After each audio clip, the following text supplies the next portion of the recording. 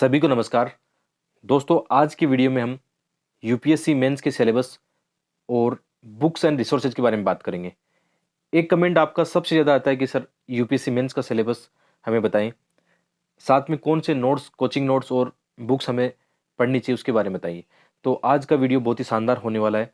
और books and resources से पहले भी मैं कई वीडियो बना चुका हूँ, लेकिन सिलेबस और बुक्स रिसोर्सेज को दोनों को साथ लेकर आज पहली बार वीडियो बना रहा हूँ, क्योंकि इसकी डिमांड बहुत ज़्यादा है। और न्यू एस्पिरेंट के लिए समझना ज़रूरी है कि किस प्रकार हमें सिलेबस को समझना चाहिए और कौन से जो किताबें हैं उनको पढ़नी चाहिए। प्रीलिम्स का मैं पहले बना चुका हूँ, तो आज मेंस पर हम फोकस करने वाले हैं। तो सबसे पहले हम फोकस करते हैं जीएस फेस्ट पर। तो जीएस फेस्ट की हम बात करें तो इसके अंदर सिलेबस में क्या है, इसमें एक तो है हिस्ट्री, पूरा आर्ट एंड कल्चर और हिस्ट्री है, ज्योग्राफी है, सोसाइटी है, ठीक है। ये मुख्य रूप से टॉपिक है। और ये आपको पता होगा कि यदि आप पुराने ईयर के पेपर देखते हो तो किस टॉपिक के कितने क्वेश्चन आते हैं। तो आप मोटा मोटी ये मान के चलो, ज्योग्राफी के 90 से 100 मार्क्स आते हैं, इसमें 90 से 100 मार्क्स आते हैं। हिस्ट्री के अंदर भी 70 से 100 मार्क्स आते हैं। और बाद में सोसाइटी का ये मान के चल सकते हो 60 से 70 मार्क्स आते हैं, कभी कभी 90 भी चले जाता है। तो इसमें बड़े टॉपिक की बात करें तो तीन जो टॉपिक है उनको आप हमेशा फोकस करना।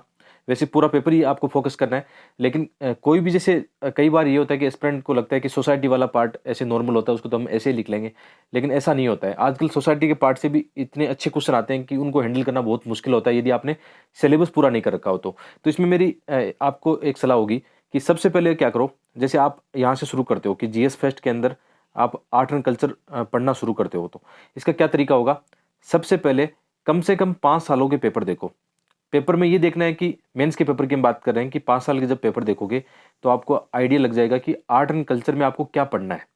आपको पूरा का पूरा ऐसा नहीं होता कि किताबें या नोट्स पढ़ने होते हैं। आपको 5 से 7 साल के जब पेपर आप देखोगे तो आपको ये आइडिया लग जाएगा कि यूपीएससी आर्ट एंड कल्चर में क्या पूछता है।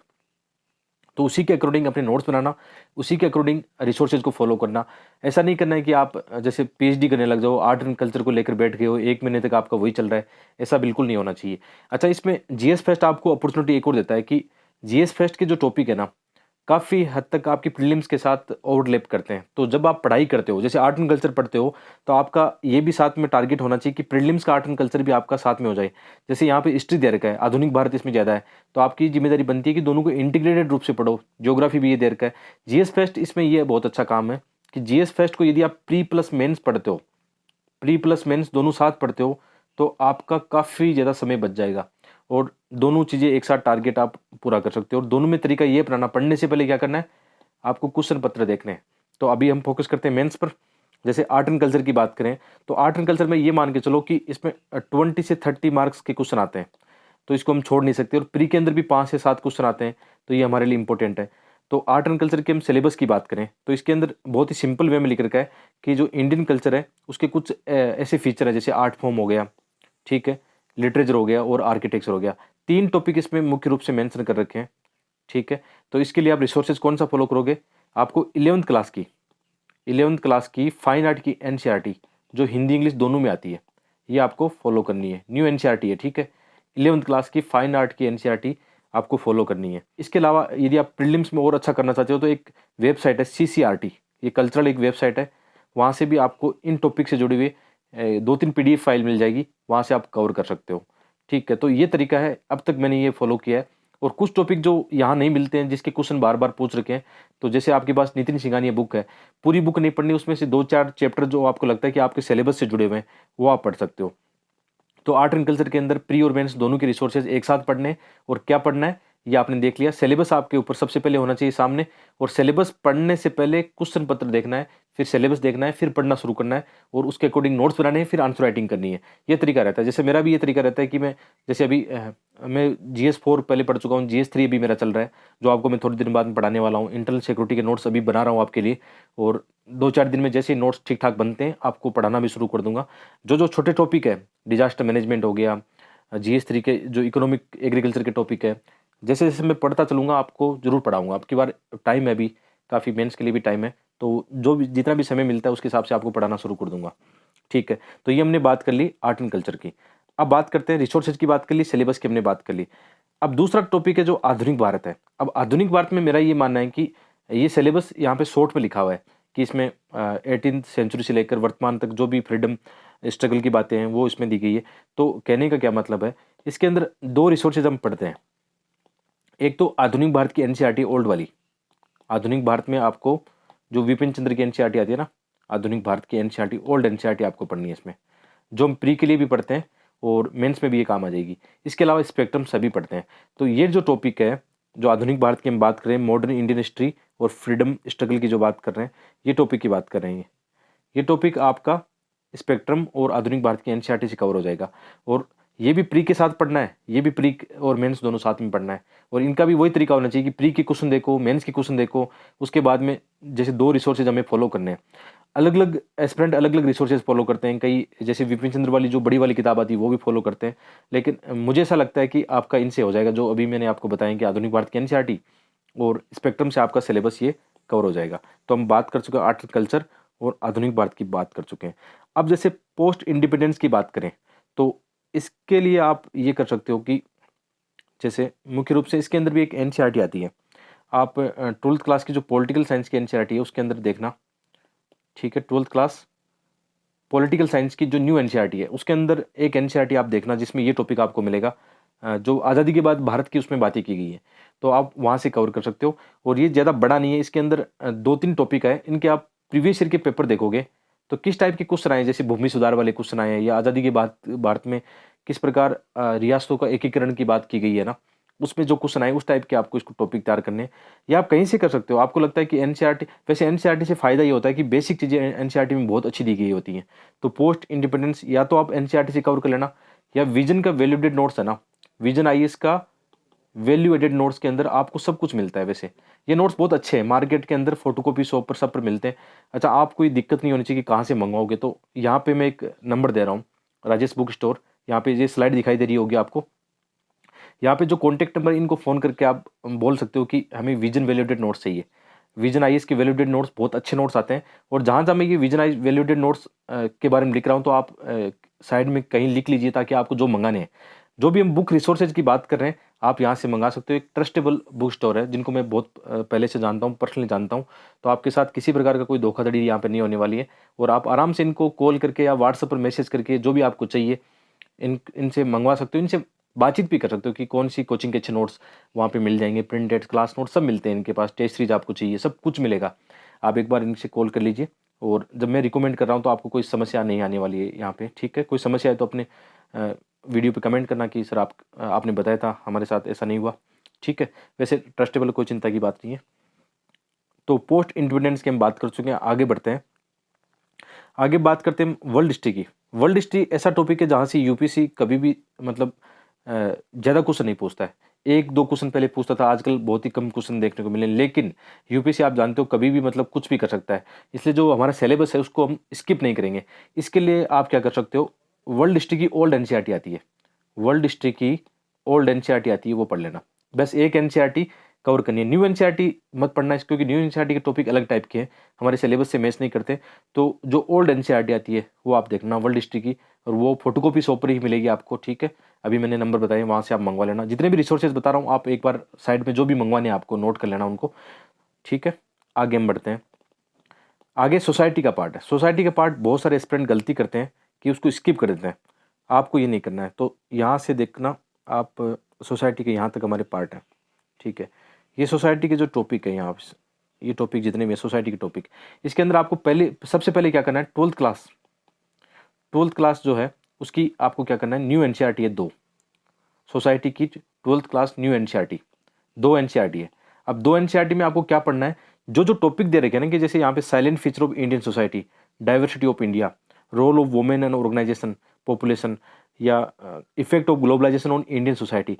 आपको ये कोशिश करना है कि उस एनसीईआरटी के अंदर ये जो सिलेबस के अंदर मेंशन चीज़ें हैं वो चैप्टर पढ़ने हैं, पूरे चैप्टर नहीं पढ़ने। आपके सिलेबस में जो चीज़ें लिखी है वहाँ से एनसीईआरटी को पढ़ो, सोसाइटी का जो बेसिक अंडरस्टैंडिंग है वो डेवलप करो। और उसके बाद में आप क्या करोगे, विजन आईएएस के वैल्यूडेड नोट्स इस मामले में बहुत अच्छे हैं, विजन आईएएस सोसाइटी के वैल्यूडेड नोट्स, ये आप इसको देख लेना, ठीक है। तो सोसाइटी के 2 रिसोर्सेज हमने फॉलो किए हैं, एक एनसीईआरटी प्लस वैल्यू एडिशन के लिए हमने किया है विजन आईएएस के वैल्यूडेड नोट्स। तो आपका सोसाइटी का काम बन जाएगा। और सेम तरीका इसमें भी वही रखना कि पहले क्वेश्चन पत्र देखने हैं, सिलेबस देखना है, और बाद में एनसीईआरटी से शुरुआत करनी है, विजनाइज के वैलिडेटेड नोट्स पढ़ने, और उसके बाद में जो प्रीवियस ईयर के अंदर 5 साल के क्वेश्चन आए उनको लिखने का अभ्यास करना है। ये तरीका आप अपनाओगे तो आपको बहुत फायदा होगा। और क्वेश्चन पत्र आंसर राइटिंग करते समय ये देख सकते हो कि टॉपर्स कैसा लिखते हैं। तो जैसे टॉपर्स विजन की वेबसाइट पर आप जाओगे, टॉपर्स की जो कॉपीज मिलेगी उसमें ये देखना सोसाइटी में उन्होंने कैसे आंसर लिखे हैं। हर एक टॉपिक ये देखने की उन्होंने कैसे आंसर लिख रखे हैं, वैसे आंसर आपको लिखने का प्रयास करना है। उसके बाद में ज्योग्राफी का बड़ा पार्ट है। अब ये आप जानते हो कि ज्योग्राफी जो है ना, ये प्री के अंदर भी है। ये ज्योग्राफी बहुत बड़ी है। अब प्री और मेंस दोनों साथ पढ़ना है। जहां जहां मैं ये लिख रहा हूं ना कि प्री और मेंस साथ पढ़ना है, इसका मतलब इससे आपको बहुत फायदा होने वाला है कि एक ही साथ आपको प्री और मेंस दोनों का सिलेबस पूरा हो जाएगा, अलग अलग नहीं पढ़ना। अब जैसे इसमें silent feature of world geography, तो इसके अंदर 6 से लेकर 12 तक जब आप एनसीईआरटी पढ़ोगे तो आपका लगभग सिलेबस ये टॉपिक कवर हो जाएगा वर्ल्ड फिजिकल ज्योग्राफी का। वर्ल्ड फिजिकल ज्योग्राफी में क्या आता है, जितने भी महाद्वीप है, पर्वत पठार है, और जैसे भौतिक भूगोल है यानी फिजिकल ज्योग्राफी हो गई, क्लाइमेट हो गया आपका, इसके अलावा इंडियन मानसून है और ओशनोग्राफी है, ये सब इसमें आ जाएगा। इन्वायरमेंट भी, ज्योग्राफी भी इसमें आता है। ठीक है, तो ये आ जाएगा। इसके अलावा फिर इसके अंदर जैसे रिसोर्सेज वगैरह है, तो इसमें आप कोई बुक पढ़ना चाहो तो देख लेना, आपके पास वैल्यू एडिशन के लिए कोई बुक हो उसको आप सारा ले सकते हो। कोई भी एक बुक हो सकती है, लेकिन पूरी मोटी किताबें नहीं पढ़नी है इसमें। आपको यही देखना है कि सिलेबस की जहाँ पे बात की गई है, जैसे यहाँ पे रिसोर्सेज की बात की गई, तो रिसोर्सेज का टॉपिक या तो आप गूगल कर लो, ये भी अच्छा रहता है कि पूरी आपको ज्योग्राफी नहीं पढ़नी है। या आपके पास कोई बुक है, चलो कोई भी, कई लोगों के पास मतलब बुक होती है ज्योग्राफी के लिए, वो कर सकते हो। या आप ये देखना कि मुनाल सर के यूट्यूब चैनल पर आप ज्योग्राफी वहाँ पे अच्छे से पढ़ाई गई मैडम के द्वारा, आप वो वीडियो देख सकते हो। यदि आपके सिलेबस को पूरा करते हैं तो वहाँ से कवर कर सकते हो।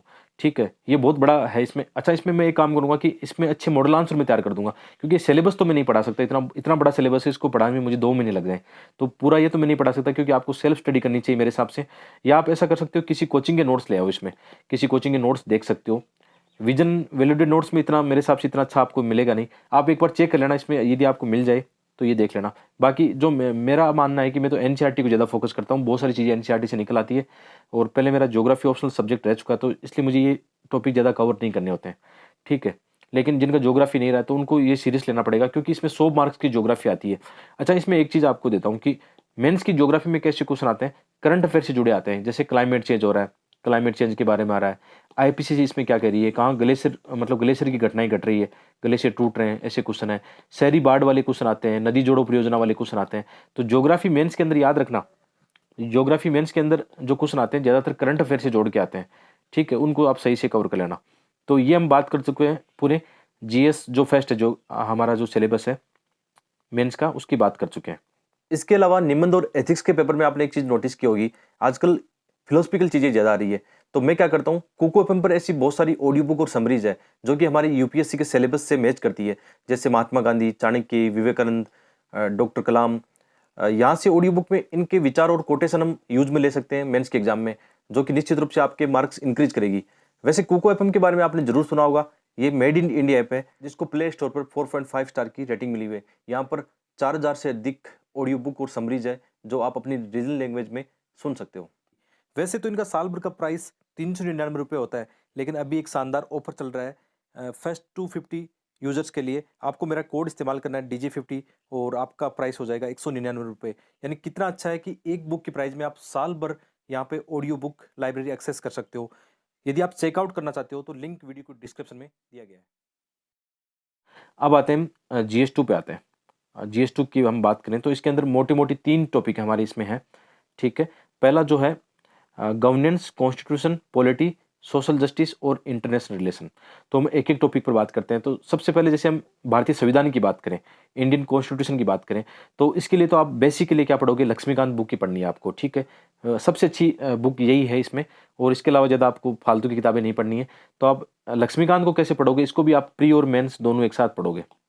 प्री मेंस जब आप एक साथ पढ़ोगे, ठीक है, तो इसमें फ़ायदा क्या होगा, आपका काफ़ी सिलेबस कवर हो जाएगा। और यहाँ पे पढ़ते समय आपको ये देखना है कि प्री के क्वेश्चन कैसे आते हैं, मेंस के क्वेश्चन कैसे आते हैं। मेंस वाले क्वेश्चन में आप एक चीज़ देखोगे कि स्टैटिक पार्ट तो आपका मजबूत होना ही चाहिए, साथ में जो करंट अफेयर है। अब करंट अफेयर के लिए इसमें क्या करना चाहिए, इसमें मेरा ये मानना है कि डेली एक न्यूज़पेपर पढ़ो आप। डेली एक न्यूज़पेपर कौन सा पढ़ोगे, हिंदी में इतना अच्छा न्यूज़पेपर नहीं आता, इसलिए आपको एक आदत डालनी पड़ेगी, द हिंदू या इंडियन एक्सप्रेस। ठीक है, इन दोनों में से आपको पढ़ना चाहिए। जो आर्टिकल आते हैं, आर्टिकल कैसे आते हैं, जैसे जो आर्टिकल आते हैं आपके सिलेबस से मैच कर रहे हैं, जो भी राज्य व्यवस्था से करंट हैपनिंग जो हो रही है, जो भी बदलाव हो रहे हैं, जो भी कमेटी बनाई जा रही है, सुप्रीम कोर्ट का कोई डिसीजन है या पार्लियामेंट के द्वारा कोई मतलब नया विधेयक पारित किया गया है, ये चीज़ें आपको नोटिस करनी है, उनको अपने नोट्स में शामिल करते रहना है। क्योंकि GS2 का पेपर 70% ऐसा होगा जो करंट अफेयर से जुड़ा होगा, 30% स्टैटिक पार्ट से जुड़ा होगा। तो मेरा ये मानना है कि डेली एक न्यूज़पेपर पढ़ते रहो। और संसद टीवी पर ऐसी डिबेट चलती रहती है कि जो भी हमारे देश में पार्लियामेंट में या जुडिशरी या समाज में जो भी चीज़ें चल रही है हमारे देश में, संविधान संबंधी, पॉलिटी संबंधी, उनको आप देखते रहना। वहाँ से अच्छे वाद विवाद के जो मुद्दे आते हैं, डिबेट के मुद्दे आते हैं, उनको आप यहाँ पे देखते रहना है। तो हम संविधान की बात कर चुके हैं। संविधान वाले टॉपिक आप कहाँ से कवर करोगे? लक्ष्मीकांत से कवर करोगे। ये स्टैटिक पार्ट कवर हो जाएगा। प्रीलिम्स के लिए तो लक्ष्मीकांत पूरी तरह से काम करेगी। मेंस के लिए ये होगा कि आपको वैल्यू एडिशन करना पड़ेगा अपने न्यूज़पेपर, और अभी मैंने बताया संसद टीवी या कहीं से भी आप अच्छे मुद्दे कवर कर सकते हो। ठीक है, आगे हम बात करेंगे इन मुद्दों पे। जैसे आगे हम गवर्नेंस की ओर बढ़ते हैं। ठीक है, जैसे इसमें अभी तक संविधान, यहाँ पे संविधान वाले ये लक्ष्मीकांत बुक में मिल जाएगा जितने भी टॉपिक है ये। ठीक है, आगे जैसे ये हम बात कर रहे हैं, इसमें गवर्नेंस और सोशल जस्टिस की बात करते हैं। तो गवर्नेंस और सोशल जस्टिस के लिए जितने भी टॉपिक है, इनमें केवल और केवल आपको क्या करना है, विजन आईएएस के वैल्यू एडेड नोट्स आपको लेने हैं। बहुत अच्छे नोट्स हैं ये। तो इसमें क्या होगा, टू दी पॉइंट आपको ये नोट्स मिल जाएंगे, विजन आईएएस के वैल्यू एडेड नोट्स। प्लस इसमें आपको क्या करना है, गवर्नेंस में इनमें जैसे योजना मैगजीन आप कंटिन्यू पढ़ रहे हो, उसमें बहुत सारे आर्टिकल आते हैं जो आपको लगेगा हमारे सिलेबस से डायरेक्ट मैच करते हैं। तो योजना मैगजीन आप कवर कर सकते हो। और इसके अंदर भी आपके न्यूज़पेपर का बड़ा रोल रहेगा, डेली न्यूज़पेपर का बड़ा रोल रहेगा। इनमें मंथली मैगजीन भी आपकी अच्छी भूमिका निभाएगी। जैसे मंथली मैगजीन आप विजन आईएएस की फॉलो कर सकते हो, उससे बहुत फायदा होगा। आगे जाकर आपको पीटी 365 या मेंस 365 पढ़ने की आवश्यकता नहीं होगी यदि आप continue vision IAS monthly magazine follow कर रहे हो। तो ये पेपर ऐसा है, पेपर 2, जिसके अंदर करंट अफेयर का बहुत ज़्यादा रोल है। और जो गवर्नेंस और इसके सोशल जस्टिस की हम बात करें, स्टैटिक पार्ट के लिए आप क्या कर सकते हो, विजन आईएएस का जो वैल्यूडेड नोट्स है वो पढ़ सकते हो। इसमें तीसरा बड़ा टॉपिक है आईआर का है। तो आईआर के लिए मेरा ये मानना है कि जैसे मैं करंट अफेयर से ही काम चलाता हूँ, इसमें ये नहीं कि आपको स्टैटिक पार्ट पढ़ना पड़ेगा, क्योंकि क्वेश्चन 2-3 क्वेश्चन आते हैं और वो भी करंट से जोड़ के आते हैं। तो यदि आप डेली न्यूज़पेपर पढ़ रहे हो, जैसे द हिंदू और इंडियन एक्सप्रेस आप पढ़ रहे हो, तो आपका लगभग सिलेबस यहाँ से मैच करता है। और इसके लिए आपको ये डेली बेसिस पर ये करना है कि आप कंटिन्यू न्यूज़पेपर फॉलो करो और मंथली मैगजीन से आपका काम बन जाएगा। इसके लिए स्टैटिक पार्ट के लिए मेरे हिसाब से आपको आवश्यकता नहीं है कि आप कोई कोचिंग करो या कोई कोचिंग के नोट्स पढ़ो, इसमें बिल्कुल भी नीड नहीं है। क्योंकि आप जब क्वेश्चन पत्र देखोगे तो आपको पता लग जाएगा। क्योंकि आईआर के अंदर, प्री के अंदर तो आप जानते हो ऑर्गेनाइजेशन के क्वेश्चन आते हैं। बहुत सारे ऑर्गेनाइजेशन जो बने हुए हैं, G20 बन गया, सार्क है, मतलब G7 है, बहुत सारे ऐसे ऑर्गेनाइजेशन है अंतर्राष्ट्रीय संबंधों में जो काम आते हैं। वहाँ से प्री में क्वेश्चन आते हैं। मेंस में क्वेश्चन कैसे आते हैं, जो भी अभी करंट में चल रही चीज़ें, उन्हीं से क्वेश्चन बनते हैं। ठीक है, इसके अलावा आगे हम बढ़ते हैं, बात कर रहे हैं GS3 की। GS3 ऐसा है जिसमें GS2 और GS3 में लगभग ये है, मैंने अभी बताया आपको, 50 से 70% क्या होता है, करंट अफेयर ज़्यादा आता है। तो आप करंट अफेयर को सही से फॉलो करते हो, न्यूज़पेपर को, मंथली मैगजीन को, तो आपका लगभग काम बन सकता है। लेकिन स्टैटिक पार्ट को भी ध्यान रखना होगा। ठीक है, तो इकोनॉमी की सबसे पहले हम बात करते हैं। जैसे इंडियन इकोनॉमी और इसके साथ जो भी मुद्दे हैं, चाहे ग्रोथ के मुद्दे हो या डेवलपमेंट के मुद्दे हो, एम्प्लॉयमेंट के मुद्दे हो, ये आप जानते हो हमेशा करंट अफेयर में चलते रहते हैं। जैसे इंक्लूसिव ग्रोथ है, issue arising from it, and जैसे बजट की बात करेंगे, बजट के मुद्दे हैं। तो ये जो टॉपिक है ना, ये विजन के जो नोट्स हैं, विजन वैल्यूडेड नोट्स, उसके अंदर बहुत ही अच्छे से बताए गए हैं, विजन आईएएस वैल्यूडेड नोट्स। ठीक है, इसके अलावा यदि आप मुंडाल सर की वीडियो प्री के लिए देखते हो तो वहाँ से भी अच्छा खासा यहाँ सिलेबस कवर होता है। और हिंदी माध्यम में जैसे आप कोई कोचिंग के नोट्स लेना चाहो तो रामेश्वर सर के नोट्स आपको मार्केट में मिल जाएंगे। हिंदी माध्यम के लिए बता रहा हूँ, इंग्लिश मीडियम के लिए मुझे आइडिया नहीं है, लेकिन हिंदी माध्यम में जैसे रामेश्वर सर है, उनके नोट्स आपको मिल जाएंगे। बाकी विजन के जो वैल्यूडेड नोट्स बता रहा हूँ, उसके अंदर हर एक टॉपिक बहुत अच्छे से आपको मिल जाएगा। जैसे इसमें एग्रीकल्चर वाला पार्ट भी है, तो ये आपको विजन के वैल्यूडेड नोट्स में मिल जाएगा। और यहाँ से अच्छे क्वेश्चन आते हैं, याद रखना, बहुत ही शानदार क्वेश्चन बनते हैं। किस प्रकार, जैसे एग्रीकल्चर और फूड प्रोसेसिंग इंडस्ट्री है, उनके काफ़ी ज़्यादा अच्छे क्वेश्चन बन जाएंगे। और साथ में आपको नज़र रखना है इकोनॉमिक सर्वे और बजट पर, जो भी चीज़ें आती है उनको फिर ऐड कर दोगे करंट अफेयर के रूप में, तो आपका लगभग यहाँ से काम बन जाएगा। तो इकोनॉमी में आपको क्या पढ़ना है, प्री के लिए आप जैसे मोंडाल सर की वीडियो पढ़ते हो, वहाँ से भी अच्छा सप्लीमेंट आपको यहाँ मिल जाएगा। विजन के वैल्यूडेड नोट्स आपको मिल जाएगा। इसको सही से कवर करना है क्योंकि बड़ा पार्ट है इकोनॉमी का। जैसे जितने भी टॉपिक है ना, फूड प्रोसेसिंग उद्योग है, लैंड रिफॉर्म है, effect of liberalisation on economy, ये जो टॉपिक है इसके अंदर आप ये कर सकते हो कि जैसे 11th क्लास की एनसीईआरटी आप वैसे भी पढ़ते हो, 11th क्लास की न्यू एनसीईआरटी है इकोनॉमी की, वो पढ़ते हो, वो पढ़नी भी चाहिए आपको, बहुत अच्छे मुद्दे वहाँ से निकल के आते हैं। तो ये टॉपिक जो है, उदारीकरण वाले मुद्दे, भारतीय जो इकोनॉमी है, ठीक है, उसके बारे में अच्छे क्वेश्चन आपको वहाँ से बन जाएंगे। ठीक है, बाकी जो टॉपिक है जैसे इंफ्रास्ट्रक्चर है, जिसमें एनर्जी पोर्ट है, इसमें सब विजन वैल्यूड नोट्स ही अच्छे हैं। बाकी करंट अफेयर से आप कुछ ना कुछ ऐड करते रहना। इन्वेस्टमेंट मॉडल है। आगे जैसे जो टॉपिक है साइंस एंड टेक्नोलॉजी है, जैसे यहाँ पे टॉपिक जो है साइंस और टेक्नोलॉजी है, यहाँ तक देखना आप, ये टॉपिक है। अब साइंस और टेक्नोलॉजी जो क्वेश्चन मैंने ज़्यादा देखे प्री और मेंस दोनों में करंट अफेयर के देखे, करंट अफेयर का ही साइंस टेक ज़्यादा आता है। तो यदि बेसिक आप करना चाहो तो जैसे ये टॉपिक है, आपको ये पता होना चाहिए कि जैसे जैसे रोबोटिक्स क्या होती है, नैनो टेक्नोलॉजी क्या है, बायोटेक्नोलॉजी क्या है, ये बेसिक है। तो बेसिक अंडरस्टैंडिंग के लिए आप जैसे एक मेगरा हिल की बुक आती है रवि अग्रवाल की, पास में रखो। जैसे कभी तो पूरी किताब नहीं पढ़नी, जैसे आपको लगता है कि आपको नैनो टेक्नोलॉजी के बारे में जानना है, या आप चाहो तो बुक नहीं है आपके पास तो गूगल या यूट्यूब कर लो इनको, जितने भी टॉपिक है। क्योंकि साइंस और टेक के जो ज़्यादातर कुछ राय मैंने देखा है कि करंट अफेयर से जुड़े आते हैं। और साइंस टेक में मैंने आपको कल परसों में बताया था एक बार कि द हिंदू जो है ना, द हिंदू का संडे को साइंस टेक का पेज आता है, उसके अंदर ये सब चीज़ें कवर होती है। जो प्रैक्टिकल साइंस है ना, हमारी ज़िंदगी में आसपास जो भी घटनाएं घट रही है, चाहे आपका मतलब स्पेस में हो रहा हो या डिफेंस में हो रहा हो, मोबाइल टेक्नोलॉजी हो, कंप्यूटर टेक्नोलॉजी हो, नैनो टेक्नोलॉजी है, बायोटेक्नोलॉजी, जितनी भी चीज़ें अपने आसपास घटित हो रही है उनको आप हमेशा देखते रहो। मंथली मैगजीन विजन फॉलो करते रहो, तो वहाँ से ये सिलेबस आपका कवर हो जाएगा। और बहुत प्रैक्टिकल क्वेश्चन आते हैं इसमें, कोई जटिलता वाले क्वेश्चन नहीं आते हैं कभी भी। जो ह्यूमन डेवलपमेंट में काम आता है, मानव विकास में काम आता है, ऐसे क्वेश्चन इसमें ज़्यादा आते हैं। आगे हम बात करें, जैसे इन्वायरमेंट की बात करें, तो इन्वायरमेंट में आप प्री के अंदर ये टॉपिक पढ़ते हो, कोई भी एक बुक पढ़ते हो, दृष्टि वाली पढ़ते हो या संक्राइज पढ़ते हो, उसके अंदर आप जानते हो कि ये मेंस के अंदर सिलेबस बहुत ही छोटा सा दे रखा है। तो प्री के अंदर आप इन्वायरमेंट पढ़ते हो, वो ये सिलेबस आराम से कवर कर देगा। बस इसमें स्पेसिफिक ये देख लेना कि जैसे इन्वायरमेंट इम्पैक्ट असेसमेंट क्या होता है, एकदम टू दी पॉइंट देख लेना इसको। इसमें नया जो अभी पारित किया, नया इसमें सुधार किया, वो देख लेना। इसके अलावा जो कंजर्वेशन में, इन्वायरमेंट पॉल्यूशन में जो भी चल रहा है अभी, जो भी एग्रीमेंट हो रहे हैं, उनको थोड़ा सा देख लेना। ठीक है, और डिजास्टर मैनेजमेंट में आप विजन वैल्यूडेड नोट्स पढ़ना, काफ़ी टू दी पॉइंट है, अच्छे से उसको कवर किया गया है। आगे जैसे इंटरनल सिक्योरिटी बड़ा पार्ट है, इसमें हर साल इंटरनल सिक्योरिटी के टॉपिक से 50 मार्क्स के क्वेश्चन आते हैं, यानी 4 क्वेश्चन इसमें आते हैं, 50 मार्क्स के आते हैं, 4 क्वेश्चन हर साल देखने को मिलते हैं। तो इसको आप स्किप नहीं कर सकते, बहुत सारे एस्पिरेंट इसको स्किप करते हैं, जबकि इसमें भी आपको बहुत अच्छी डेप्थ एनालिसिस जरूरी है इसमें। तो इसके लिए आप क्या करोगे, इसके अंदर 2 टॉपिक है, एक तो विजन आई इसके वैल्यूडेड नोट्स पढ़ोगे, एक बुक आती है मेगरा हिल की इसकी इंटरनल सिक्योरिटी की, तो इन दोनों बुक में से आप पढ़ना। और जैसे मैंने कहा कि अब मैं इन टॉपिक्स को पढ़ रहा हूँ, मैं टू दी पॉइंट दोबारा से अपने नोट्स को अपडेट कर रहा हूँ। तो अभी जैसे मैं इस पर काम कर रहा हूँ, इंटरनल सिक्योरिटी पर, जैसे ही 2-4 दिनों में इन पर काम करता हूँ तो आपको पढ़ाना शुरू कर दूंगा। फिर जैसे इंटरनल सिक्योरिटी कर लिया, जैसे फिर डिजास्टर मैनेजमेंट है, ठीक है, आगे जैसे इकोनॉमिक्स के मुद्दे हैं, इकोनॉमिक्स वाले टॉपिक है, इनको कर देंगे। फिर आगे जैसे गवर्नेंस के मुद्दे में नोट्स बनाऊंगा। तो जैसे ये 4-5 महीने में इनको मेंस पर ही फोकस करने वाला हूँ, मेंस के कुछ रिसोर्सेज पर और आंसर राइटिंग पे।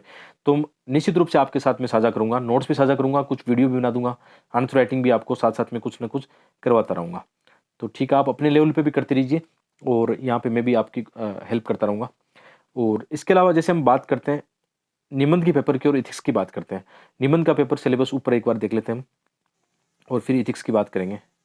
ठीक है, निबंध के पेपर में दोस्तों ये चीज़ लिखी हुई है, साफ देखना कि यूपीएससी आपसे क्या चाहता है। इसमें साफ साफ लिख रखा है कि एक तो आपको क्या करना है, देखो सिलेबस में साफ साफ लिखा है कि keep closely to the subject of the essay to arrange their idea in orderly fashion. कोशिश क्या करना है कि जो भी टॉपिक पूछा जाता है यूपीएससी के द्वारा, जो भी निबंध पूछा जाता है, आपको उस टॉपिक पे बात करनी है, इधर उधर की फालतू की बातें नहीं करनी है। और साफ साफ इसमें लिख रखा है कि आपका आंसर जो निबंध का स्ट्रक्चर होता है वो एकदम सही तरीके से होना चाहिए। और इसमें आपको शॉर्ट में लिखना है, ऐसा नहीं करना कि फालतू की बातें उसमें लिख रहे हो, बढ़ा चढ़ा के लिख रहे हो। और इसमें अच्छे मार्क्स किसके दिए जाएंगे, जिन्होंने इफेक्टिव और एग्जैक्ट मतलब एक्सप्रेशन लिख रखा हो, यानी लॉजिकल वे में, तार्किक वे में उसको अच्छे से लिखा हो, उनको अच्छे मार्क्स दिए जाएंगे। तो इसमें वही है कि कंटेंट आपका कैसा होना चाहिए, एकदम शानदार होना चाहिए। आप तार्किक रूप से बातें करते हो तो उसको ज़्यादा महत्व दिया जाएगा। तो ये यूपीएससी के ऐसे में इतना सिलेबस में ये बात लिखी गई है। तो ऐसे के लिए मैंने अच्छी अच्छी स्ट्रेटेजी वाली वीडियो ऑलरेडी बना दी है, तो 10-15 वीडियो आप एक बार प्लेलिस्ट में जाकर देख लेना, वहाँ से आपका ऐसे पूरा कवर हो जाएगा। और ऐसे में एक बुक आप हिंदी माध्यम पढ़ना चाहते हो तो दृष्टि वाली अच्छी बुक है ऐसे राइटिंग के लिए, आप इनको कवर कर सकते हो। या आपके पास निशान जैन वाली बुक है तो वो भी ठीक है, दोनों में से एक होनी चाहिए आपके पास। और उसको पढ़ते समय उसके अंदर बहुत सारे कोटेशन है, बहुत सारे आइडिया हैं, बहुत सारे पोइम हैं, वो लिख रखी है, उनको अपने नोट्स में शामिल कर लो, उनको बार बार रिवीजन करते रहो, ताकि जब फिलोसफिकल ऐसे आए तो उसमें आप अच्छे से उसको कोट कर पाओ। तो निबंध के लिए इतना ही होता है। और निबंध के लिए मेरा ये मानना है कि आप में से 2023 और 24 के लिए जो प्लान कर रहा है अपनी स्टडी को, तो आप क्या करोगे, 10-15 दिन से एक निबंध लिखने की आदत डालो। और निबंध पढ़ने की आदत डालो। टॉपर्स के निबंध पढ़ो, किसी मैगजीन में निबंध आते हैं उनको पढ़ो। तो यदि आप अच्छे से निबंध पढ़ते हो तो आप अच्छे से लिखना भी शुरू कर दोगे। लिखना जरूरी है, 15 दिन में एक निबंध लिखने की आदत डालो, बहुत फायदा होगा इससे। और सबसे बड़ा सबसे ज़्यादा मार्क्स इसी पेपर में आते हैं। यूपीएससी के जितने मेंस के पेपर है ना, उनमें ऐसे का पेपर ऐसा होता है जो आपको सबसे आगे रखेगा, और वही आपका फाइनल सिलेक्शन कराने में सबसे बड़ा योगदान निभाता है। तो इसको आप इग्नोर मत करना। आगे हम बात करें एथिक्स के पेपर की। अब एथिक्स का पेपर भी सेम ऐसे की तरह, इसमें भी बहुत अच्छे मार्क्स मिलते हैं, क्योंकि दोनों पेपर में मेरे मार्क्स एक बार नहीं 3-4 बार अच्छे आ चुके हैं। इसलिए मैं बता रहा हूँ कि ऐसे और एथिक्स ऐसा है जो आपको हमेशा आगे रखेगा यदि आप इनको सही से करते हो। तो एथिक्स के पेपर में स्ट्रेटेजी आपकी क्या होनी चाहिए? हिंदी माध्यम के लिए मैंने एक अच्छा काम किया है कि इनको लगभग 32 या 35 वीडियो में मैंने एथिक्स का पूरा syllabus to the point cover कराया है। जो भी सिलेबस मेंशन है टू दी पॉइंट, आपको नोट्स भी मिल जाएंगे। एक बार प्लेलिस्ट में जाकर देखना, एथिक्स के पूरी वीडियो टू दी पॉइंट आपको सिलेबस से मिल जाएंगे। बेसिक अंडरस्टैंडिंग के लिए वीडियो आपके लिए बहुत ही शानदार है। और बुक्स वगैरह तो यदि पढ़ना चाहो तो एक डीके बालाजी की बुक आती है, वो अपने पास रखना। आप बुक्स वगैरह पढ़ोगे और साथ में मेरे लेसन देखोगे, मेरे जो नोट्स टेलीग्राम पे मैंने शेयर करता रहता हूँ एथिक्स के, तो आप बुक्स नहीं पढ़ पाओगे, क्योंकि आपको ये लगेगा यार बुक्स इतनी जटिल है, मैंने इतनी आसानी भाषा में आपको समझा रखा है, तो आपके लिए ये बेहतरीन है। जबकि उनको पढ़ के मार्क्स भी आ चुके हैं इस बार भी। मतलब यूपीएससी में जो हिंदी माध्यम से सेलेक्ट हुए उन्होंने भी बताया कि हमने एथिक्स के आपकी वीडियो और आपकी पीडीएफ फाइल का बहुत भरपूर उपयोग किया और हमें फ़ायदा हुआ, नंबर भी अच्छे आए बाद में, और मेरे खुद के भी आ चुके हैं। तो एथिक्स में हिंदी माध्यम के लिए बोलना चाहूँगा। इंग्लिश मीडियम में तो जैसे आपको पढ़ना हो, डीके बालाजी बुक अच्छी है, और सेकेंड आरसी की 4th रिपोर्ट है, वो अभी आप देख सकते हो। बाकी टॉपर्स के जो कॉपीज है उसमें ज़्यादा हेल्प करेगी आपको कि कैसे आपको लिखना है। इसमें इस पेपर में अप्रोच क्या होनी चाहिए आपकी, कि जो भी सिलेबस में मेंशन चीज़ें कर रखी है उनके आपको परिभाषाएं मालूम होनी चाहिए। और उन जितनी भी परिभाषा, जैसे हम बात करें कि जैसे ह्यूमन वैल्यूज़ क्या होती है, ठीक है, यहाँ पे एथिक्स क्या होता है, ठीक है, एटीट्यूड क्या होता है, एप्टीट्यूड क्या होता है, सबकी आपको प्रैक्टिकल वे में परिभाषा आनी चाहिए। और सबके आपके पास भरपूर एग्जाम्पल हो, करंट अफेयर के एग्जाम्पल, ट्रेडिशनल स्टैटिक एग्जाम्पल आपके पास होने चाहिए। एथिक्स पेपर की अप्रोच ये होती है कि टू दी पॉइंट सिलेबस को जान लो और प्रैक्टिकल वे में लिखना सीख लो, यही इसका सबसे बड़ा अप्रोच होता है। और इसमें एक पार्ट होता है केस स्टडी, तो केस स्टडी के भी मैंने अच्छे खासी वीडियो बना रखे हैं कि किस प्रकार आपको केस स्टडी सोल्व करनी चाहिए। केस स्टडी का एक फॉर्मेट होता है, यदि आप सही से फॉर्मेट को समझ लेते हो तो एग्जाम में आपको ज़्यादा टाइम खराब नहीं करना पड़ेगा। और ये लेके चलना आंसर राइटिंग में पहले से ही कि मुझे केस स्टडी का एक फॉर्मेट रखना है। तो ये हमने बात कर ली जीएस के पेपरों की, चारों जीएस पेपर, निबंध के पेपर की बात कर ली, और इसमें रिसोर्सेज की भी हमने बात कर ली कि कौन से रिसोर्सेज आपको फॉलो करना है। आशा करता हूँ कि ये वीडियो भी आपको पसंद आएगा, और वीडियो को लाइक शेयर जरूर करना। कमेंट करके बताना कि आज का वीडियो आपको कैसा लगा, और अपने दिल की बात कह सकते हो कि आपको और किस टॉपिक पर आपको यहाँ पे वीडियो चाहिए। तो मिलते हैं एक और वीडियो में, आप सबको बहुत बहुत धन्यवाद।